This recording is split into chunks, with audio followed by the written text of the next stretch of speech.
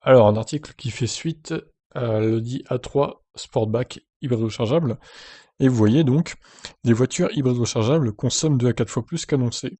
Une nouvelle étude met en lumière la différence de consommation entre les valeurs d'homologation et les données en usage réel des voitures hybrides rechargeables. Ces dernières sont trop peu souvent rechargées et polluent donc plus. Bon, on va peut-être pas se taper tout parce que c'est un peu long. On va aller dans les grandes lignes, hein. Donc, une nouvelle étude signée d'un institut au nom imprononçable dresse un état des lieux regrettable. Afin d'évaluer la consommation et la pollution des voitures hybrides rechargeables en conditions réelles, l'étude s'appuie sur différentes bases de données, dont des sites permettant aux conducteurs de déclarer leur conso réel. En tout, des données portant sur 104 709 voitures hybrides rechargeables utilisées en Amérique du Nord, États-Unis et Canada, aux Pays-Bas, en Chine, en Norvège et en Allemagne ont été récoltées. Sans surprise, la conso homologuée des voitures hybrides rechargeables est très optimiste par rapport à leur performance en conditions réelles. Leur consommation réelle est environ 2 à 4 fois supérieure à celle annoncée en fonction de... L'étude se base sur la conso NODC, mais précise que les différences de consommation constatées le sont également par rapport à la nouvelle procédure d'essai, l'ULTP. Alors, on a pas mal de graphiques là dans cet article. La différence de conso entre les données d'homologation et les conditions réelles s'explique par une proportion de la distance parcourue en électrique nettement plus faible à l'usage que celle estimée par les cycles d'essai. Ainsi, afin de déterminer leur conso homologuée, un Utility Factor UF est attribué à chaque voiture. Il permet d'estimer la proportion de la distance parcourable en 100% électrique. Une voiture électrique aura donc un UF de 100%, alors que les hybrides rechargeables ont généralement un UF compris entre 60 et 70% selon le cycle NEDC en fonction de leur autonomie électrique. Ok, admettons.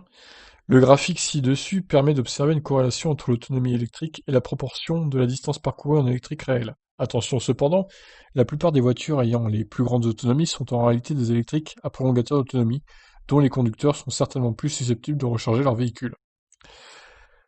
L'étude montre que la proportion de la distance parcourue en électrique réelle est en règle générale largement inférieure à l'UF homologué. Autrement dit, les conducteurs de voitures hybrides rechargeables roulent moins souvent en électrique que ce qu'estiment les cycles de homologation. En moyenne, les voitures hybrides rechargeables particulières ne parcourent que 37% de leur trajet en électrique. Pire, les voitures de fonction n'en effectuent que 20% à l'électricité seule, alors que les entreprises sont de gros clients de voitures hybrides rechargeables.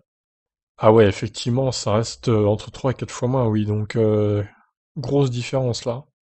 La différence entre les valeurs d'homologation et les conditions réelles s'explique en partie par une autonomie électrique plus limitée en conditions réelles que selon les cycles de l'homologation. Les adeptes des longs trajets, qui semblent nombreux chez les clients d'hybrides rechargeables, ont d'ailleurs une proportion de leur distance parcourue en électrique moindre. Néanmoins, le principal facteur reste la non-charge des véhicules. En toute logique, plus une voiture hybride rechargeable est rechargée, plus elle pourra parcourir une proportion importante de kilomètres en électrique. Il est donc hautement préférable de disposer d'une solution de recharge à son domicile, ainsi qu'à son lieu de travail, dans le cas d'un véhicule étant utilisé pour s'y rendre. Malheureusement, les entreprises sont nombreuses à choisir des voitures plug-in hybrides pour leur fiscalité avantageuse, sans se soucier de la recharge de ces dernières. Résultat, certaines voitures de fonction hybrides rechargeables ne sont jamais rechargées, se comportant uniquement comme des voitures hybrides classiques. Elles transportent donc avec elles une quinzaine de kilowattheures inutilement, les alourdissant, elles et leur bilan carbone.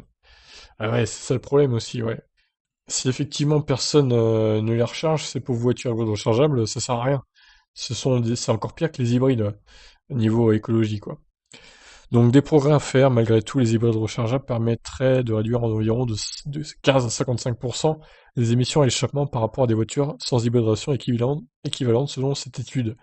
Bien utilisées, ces voitures pourraient cependant permettre de réduire bien plus nettement les émissions, en parcourant ces petits trajets quotidiens en électrique et en minimisant l'usage du moteur thermique. L'étude conclut sur différents axes d'amélioration. Tout d'abord, les données d'émissions de CO2 très optimistes pour les hybrides rechargeables ne reflètent pas leur réel impact sur l'environnement. Elles permettent aux constructeurs de faire baisser leurs émissions moyennes pour leurs voitures vendues, notamment dans l'Union européenne avec la réglementation CAF, sans pour autant que ce constat se retrouve en conditions réelles. Des subventions réservées aux voitures hybrides rechargeables ayant les plus grandes autonomies sont également évoquées. C'est déjà le cas en France, où seules les voitures ayant plus de 50 km d'autonomie électrique sont éligibles au bonus. L'étude critique également les défauts de l'infrastructure de recharge. Elle propose d'inciter les conducteurs à recharger leur véhicule plus souvent par différents moyens, ainsi que de réduire l'usage du moteur thermique en imposant par exemple une puissance du ou des moteurs électriques supérieure à celle du moteur thermique. Pas con. Enfin, les auteurs de l'étude souhaiteraient que les cycles d'homologation présentent des données plus réalistes afin de ne pas tromper les acheteurs. Ça serait pas mal aussi, du coup. Alors, ouais. Par contre, ils incitent les propriétaires d'hybrides rechargeables à se recharger sur les bornes publiques, mais j'ai envie de dire oui et non, parce que du coup, ça squatte un peu les voitures électriques normales, et c'est pas top. Surtout que les voitures hybrides rechargeables, elles se rechargent pas vite en général, c'est pas plus que 7 kW hein, la recharge. En courant alternatif, il n'y a pas de charge rapide, forcément, vu que les batteries sont trop petites, ça sert à rien. Donc bon, c'est un peu du squattage, pour le coup. Sur les bornes, c'est un peu chiant, mais bon. Après, j'ai un peu... je préfère les hybrides rechargeables à la limite que les hybrides normales, mais bon, c'est vrai que suite à cette étude, on peut se demander leur intérêt réel, quoi, en fait. Donc c'est vrai que si personne, au final, ou très peu de monde les recharge à fond chaque jour pour le lendemain, ça sert pas à grand-chose. Au niveau pollution, au niveau consommation, mais bon. Voilà, peut-être qu'il y a des progrès à faire sur la capacité de batterie aussi. Pourquoi pas mettre des voitures qui pourraient faire 100 km en électrique? Faudrait que ça devienne la norme, plutôt que 50, ce qui est la norme actuelle. Voilà, bah écoutez, je vous laisse donner votre avis sur les hybrides rechargeables. Qu'en pensez-vous? Est-ce que vous-même vous en possédez une? Allez, ciao tout le monde.